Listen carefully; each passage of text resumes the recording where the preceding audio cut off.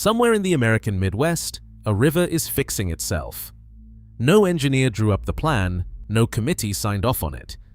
Under the murky surface, in the still pools and shaded side channels, something old is taking its place back. For decades, people waged a campaign here with budgets and heavy machinery. They strung electricity through the water. They tallied the bill in hundreds of millions of dollars. And the whole time, right beneath their hulls, a different kind of answer was assembling itself, one written in a language much older than money. This is the Illinois River. Roughly 270 miles of water cutting through the middle of the continent, draining Midwestern farmland and swinging north toward the biggest freshwater system on the planet. For most of its life, it was a plain working river. Grain barges, river towns, anglers hauling catfish out of the channels without ever wondering much about what else lived down there. Then, sometime in the early 1980s, the world under that surface started to change, and the reason had begun far away, with a decision that looked, at the time, completely sensible. Back in the 1970s, fish farms and wastewater facilities across the American South had a nuisance to deal with. Their ponds were clogging with algae and weeds, so they brought in a fix from the rivers of East Asia. 4 kinds of large carp: silver carp and bighead carp, which strain drifting plankton out of the water by the mouthful; grass carp, which graze aquatic vegetation down to nothing; and black carp, whose throat teeth can crack snails and mussels straight through the shell. They were living filtration systems, cheap, efficient, and remarkably good at the job. For a few years, they stayed put. Then the rivers rose. Flooding is the oldest story the Mississippi Basin knows how to tell. When the water came up, it topped the pond banks and carried the carp out into open river. What followed wasn't a leak, it was an occupation. These fish had landed on a continent with no defenses against them. The Mississippi and its tributaries ran warm, slow, and thick, with precisely the food they were built to harvest. Nothing here had evolved alongside them. Nothing here was equipped to tell them no. To grasp what happened next, you need to understand the silver carp. A full-grown one can pass 3 feet in length and top 60 pounds. It eats almost without stopping, sieving plankton from the water through a specialized filtering structure in its gills. And plankton isn't merely fish food, it's the floor of the entire river food web. Every native species, from the smallest minnow to the juveniles of the biggest predators, depends on it, either directly or one link up the chain. So when silver carp show up in force, they don't just move into the neighborhood, they pull the foundation out from under it. And they showed up in numbers that are hard to picture. Along some stretches of the Illinois, silver carp came to account for the overwhelming share of all fish in the water, a share measured not in individual fish, but in tons per river mile. A native fish trying to make a living there was suddenly competing against a wall of imported mouths that never stopped feeding. Mussel beds thinned out, native fish grew slower, and there were fewer of them. The river was still full of life. It was just the wrong life, and it was shoving everything else toward the margins. Then there was the other problem, the one that made silver carp famous. They jump. The vibration of a passing outboard motor sends them into a panic, and they launch themselves out of the water by the dozen. Silver bodies the size of small dogs, airborne. People have been knocked unconscious. Boaters have taken broken bones and shattered windshields. Footage of it spread everywhere online, turning the silver carp into something between a monster and a punchline. But the jumping was only the part you could see.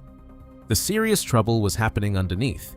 Because at the top of this river there was a door, and behind it, a prize the carp could not be permitted to reach.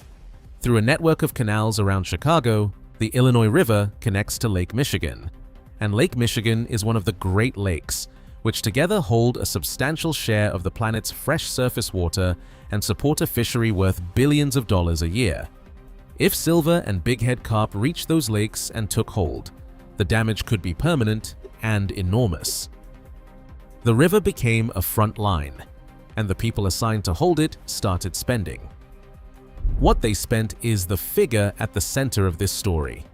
By 2020, federal and state agencies had put close to $600 million into containing and managing these fish.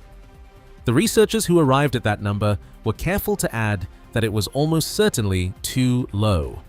The biggest single share went into infrastructure. Far down the Illinois waterway near Joliet, there's a site called Brandon Road. Engineers designed a gauntlet there meant to stop carp cold. An electric field in the water, curtains of rising bubbles, underwater speakers pushing sound, and flushing channels to sweep small fish back downstream. Projected cost for Brandon Road alone runs past $1 billion and years of construction. Upstream, nearer the lake, an electric barrier was already humming under the canal, a final line of defense charged to turn back anything that tried to slip through. And across hundreds of river miles, state agencies hired commercial fishermen to do the oldest job there is: catch fish. They paid bounties. They ran contract crews stretching nets across the places carp gathered. The haul is staggering. Over the past 15 years, crews pulled roughly 50 million pounds of invasive carp out of the Illinois River. Add in a quarter century of independent commercial fishing, and the total climbs past 100 million pounds. 50 million pounds is about the weight of 5,000 elephants, lifted out of one river, one net at a time. And it worked, in the way that holding a line works. In the upper pools closest to Lake Michigan, constant removal drove carp densities down and pinned the front in place, miles short of the door.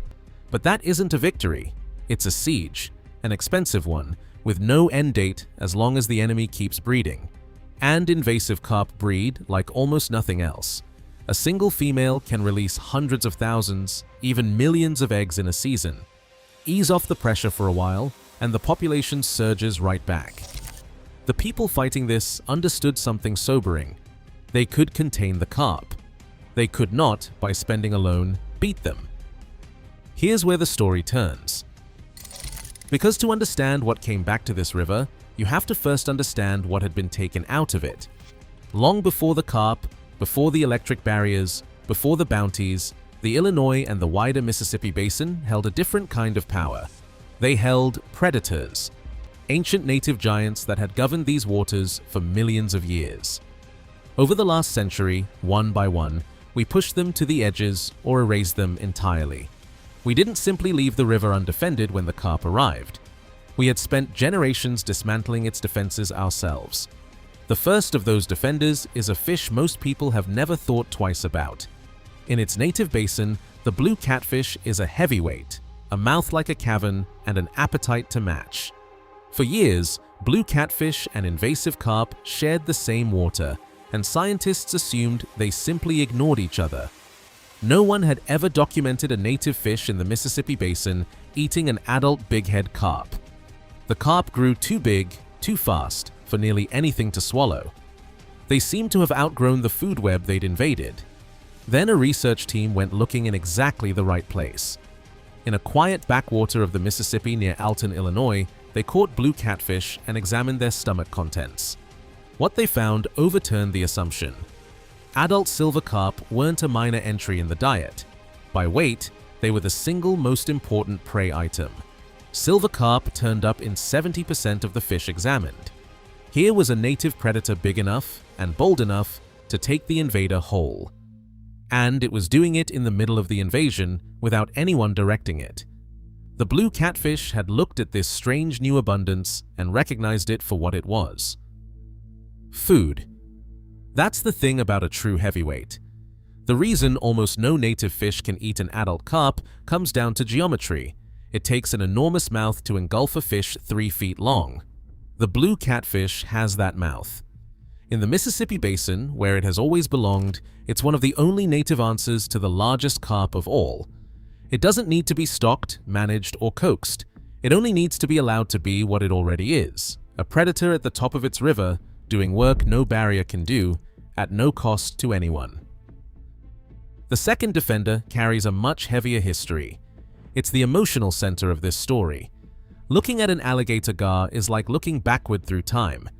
It can reach 8 feet and weigh more than 300 pounds, armored in scales so hard that early settlers used them as arrowheads, with a long snout lined by 2 rows of teeth. It's among the largest freshwater fish in North America, a living relic from an era when giants ran these rivers. And of every native fish in the basin, the alligator gar holds a distinction all its own. It's widely regarded as the only native species genuinely capable of preying on fully grown adult invasive carp. We nearly wiped it out. For most of the 20th century, the alligator gar was loathed. People called it a trash fish, a nuisance, a killer of game fish, and used that as license to shoot and kill it on sight. Across the northern end of its range, it disappeared. In Illinois, the last alligator gar was taken in 1966 from a southern stream called the Cache River. After that, nothing. By the 1990s, it was declared extinct in the state, gone from waters it had hunted for thousands of years. The river's single greatest native predator of large fish had been erased by our own hand decades before the carp arrived to fill the space it left. Then came regret and the will to act on it. Starting in 2010, the Illinois Department of Natural Resources, working with federal partners, began bringing the alligator gar home. They raised young gar in hatcheries from broodfish collected in the lower Mississippi, then released them into the southern Illinois waters their ancestors had ruled. Between 2010 and 2025, biologists stocked more than 21,000 alligator gar across a dozen bodies of water in the state. They tagged them, they tracked them, and year by year, the giant began returning to a river that had forgotten it. Now, the people leading this work are careful, and honesty demands we be careful too. The biologists behind the restoration will tell you plainly that they did not bring the gar back to fight carp. They brought it back to undo an old extinction, to restore a missing piece of a living system, to return an ancient predator to where it belonged. They're equally clear that the GR on its own will never become numerous enough to erase invasive carp. Carp are counted in tons per river mile. Gar are still counted in the thousands. Nobody is claiming a few restored giants can end an invasion this size. But that honesty is exactly what makes the story worth telling. Because the alligator gar does eat carp. It is a predator built precisely for large, soft-bodied, open-water fish, and the rivers are now full of exactly that. As the gar grows, spreads, and reclaims its old range, it applies one more pressure, one more mouth at the very top of the food web, pushing back from a direction no electric barrier ever could. The gar isn't a weapon we deployed, it's a defender we exiled and are now welcoming home. And in coming home, it's quietly picking up a job it held for 10,000 years. The third defender is the oldest of them all. If the gar is ancient, the bowfin is nearly beyond reckoning. It's the last survivor of a lineage stretching back more than 150 million years, to the age of the dinosaurs. Every other member of its order is known only from fossils. The bowfin alone still swims the swamps and sluggish backwaters of North America, looking much as its relatives did when giant reptiles walked the shore. It can even breathe air, gulping oxygen at the surface with a primitive lung, which lets it survive warm, stagnant water where other fish suffocate. It's an ambush hunter, cylindrical, powerful, broad-headed, with a mouth full of sharp teeth. It holds still in the weeds and flooded timber and strikes at passing fish in under a tenth of a second. And it lives in precisely the places that matter most here: the quiet backwaters, the oxbows, the weedy margins, the slack creek mouths where the current gives out. Because those backwaters are exactly where young invasive carp settle and grow. Carp broadcast their drifting eggs into open current, but the larvae and juveniles ride downstream and collect in the very nurseries the bowfin calls home. And the bowfin, like the gar, used to be a hated fish. For most of the last century, it was written off as a worthless trash fish and killed by anglers who blamed it for eating their bass and crappie. We were wrong about that too. The bowfin isn't a destroyer of game fish. It's a balancer, an opportunist that eats whatever small fish happens to be most abundant in its patch of water. And in a backwater now swarming with juvenile carp, the most abundant small fish on the menu is increasingly the invader itself. The living fossil waiting in the shadows has quietly added the river's newest problem to its very old diet. The bowfin doesn't work those nurseries alone. It's part of a chorus. When researchers looked at what was eating juvenile carp in the Illinois River, they found the young invaders in the stomachs of a long list of natives, including largemouth bass, white bass, black crappie, channel catfish, freshwater drum, yellow perch, and short-nosed gar. One species after another, the river's ordinary residents had started treating baby carp as just another thing to eat. Some of them, white bass, crappie, and short-nosed gar, actually appear to prefer the young carp, choosing them over native prey even as they became harder to find. Scientists have a name for this. They call it biotic resistance, the ability of a native ecosystem to push back against an invader using its own living machinery, hunger, predation, and competition with no help from us. And the honest truth about biotic resistance, the truth researchers take care to state, is that on its own, it's rarely enough to defeat a flood of invaders this large. The carp grow too fast. By its second year, a silver carp has outgrown the mouths of most of its predators. The bass and the crappie can eat the babies. They can't touch the giants. So this isn't the story of 3 fish single-handedly winning a war that $600 million couldn't. That story would be a lie, and you'd be right not to trust it. What's actually happening is quieter, and in its way, more profound. The river is doing what living systems do when they're given the chance. It's adapting. The blue catfish is learning to swallow the adults at the top end. The returning gar is reclaiming the role of giant. The bowfin, the bass, and the crappie are thinning out the young in the nurseries. None of them is the answer alone. Together, they're something no engineer could ever build. A river that has begun to eat its own invader. And slowly, the numbers are starting to bend. In the upper pools of the Illinois, the combination of relentless human removal and the steady appetite of the natives has driven carp densities down far enough that scientists can measure the river beginning to recover. In those upper reaches, the plankton the carp had stripped away is coming back, which means the base of the food web is rebuilding from the bottom up. The front line has held, miles from Lake Michigan. The door to the Great Lakes is still shut, and in the water below it, the defenders we once exiled are taking back their places. There's something in this river worth carrying with you. For a long time, we believed the way to repair a broken ecosystem was to engineer it, build the wall, fund the program, deploy the technology, impose our solution from the outside. Sometimes that's precisely what's needed. The electric barriers and the removal crews bought this river time it desperately needed, and without them, the carp might already be loose in the Great Lakes.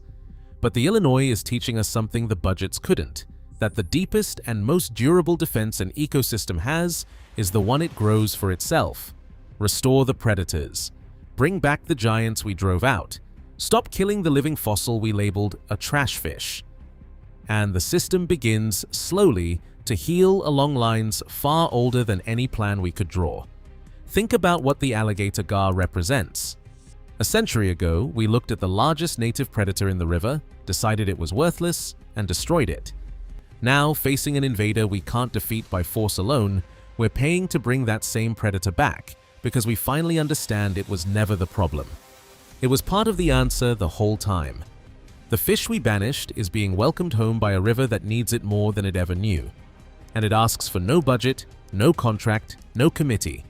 It asks only to be allowed to be what it has always been. That's the quiet miracle happening under the brown water of the Illinois. Not a war won, a balance returning. A river written off as a battlefield, learning again to be a living thing that defends itself. The people up top will keep spending, keep netting, keep guarding the door to the Great Lakes. And they should. But the most hopeful work is happening where nobody can see it. In the deep channels where a 100-pound catfish swallows a silver carp whole. In the southern streams where a giant gone for half a century is growing back into its armor. And in the shadowed backwaters where a fish older than the dinosaurs waits in the weeds, patient as time itself, and strikes. The river remembers what it was, and given even half a chance, given back the predators we took from it, it's reaching quietly and without asking our permission toward what it could be again.